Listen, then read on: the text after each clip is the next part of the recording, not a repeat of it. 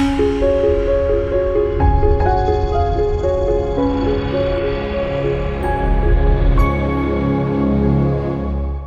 大家好，这里是科技微报，我是风云。日前，荣耀已正式公布将于7月30日公布旗下大屏手机荣耀 Note 10。现在该机正式入网工信部了，不过遗憾的是没有该机的证件照。从工信部给出的数据显示，该机配备了6.95寸屏幕 ，AMOLED 的材质，分辨率为2220×1080，处理器为8核心的2.17赫兹，内存为6GB 和8GB 版。摄像头方面，前置1300万，后置1600万加2400万像素摄像头，而电池容量达到了4900毫安时。操作系统则是安卓8.1。按照荣耀总裁赵明的说法，除了 GPU Turbo 技术之外，新机还将带来更多吓人的技术，所以我们就拭目以待吧。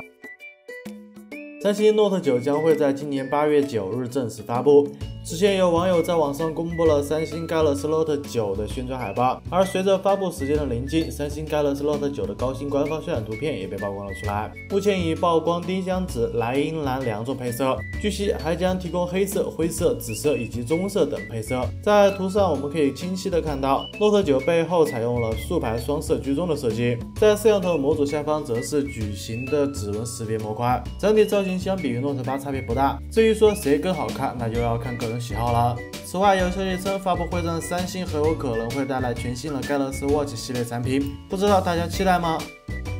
预热了很久的小米空调今天终于揭开了神秘的面纱，最终定名为米家互联网空调。一大早便上架了小米官网，定价2199元。可以看到这款空调为1.5皮变频空调，可实现高效制冷和制热，0.1度的精准温控，但能效等级仅为3级。随后不久，该空调又莫名被小米官网下架，等待再次上架的时候，价格已经更改为1999元，但需要另加200元的安装费，总价依旧是2199元。比较给力的是，在明天7月24日，该空调将开启半价公测活动，999.5元即可带回家。不过地区仅限北京、上海、杭州、广州、深圳、成都和郑州这7个城市。小编我已经准备好要剁手了，不知道旁边的董小姐现在作何感想了？格力空调有兴趣来一波大促销吗？2016年，苹果发布了首款支持 Touch Bar 的 MacBook Pro。当时 FX 通过拆解发现，机器上采用了不可更换的固态硬盘。Touch Bar 版的 MacBook Pro 的固态硬盘被直接焊接在了主板上，这让很多人担心，如果主板崩溃，数据将无法恢复。幸运的是，情况并不是这样。上周 FX 对2018款 MacBook Pro 进行了拆解，结果发现苹果移除了主板上的数据恢复接口，这意味着数据恢复工具并不支持最新的 MacBook Pro 了。那么这样看来，小编只能对买了2018款的 MacBook Pro 的小伙伴说一句，重要的资料要备份哦。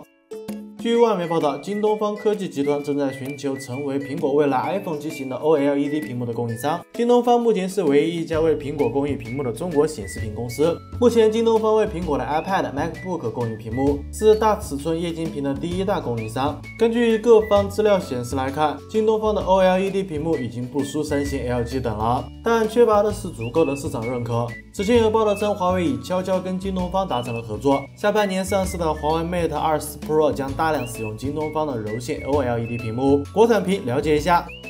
索尼今天正式发布了面向智能手机平台的全新对战式 CMOS IMX586。IMX586 拥有4800万有效像素，分辨率为8000×6000，为目前业内最高。其他规格上，传感器1/2英寸，像素单位0.8牛米，是全球首创。视频录制方面 ，IMX586 支持最高4K 90帧的录制，慢动作追帧可以达到720p 480帧。索尼介绍 ，IMX586 的像素排列采用了 Quad Bed 阵列，暗光环境下可以使用4个像素来感光，从而降低噪点，提升亮度。据悉 ，IMX586 含税样价是3000日元，约合人民币183元，9月份开始出货。不知道哪款手机会优先使用上该 CMOS 呢？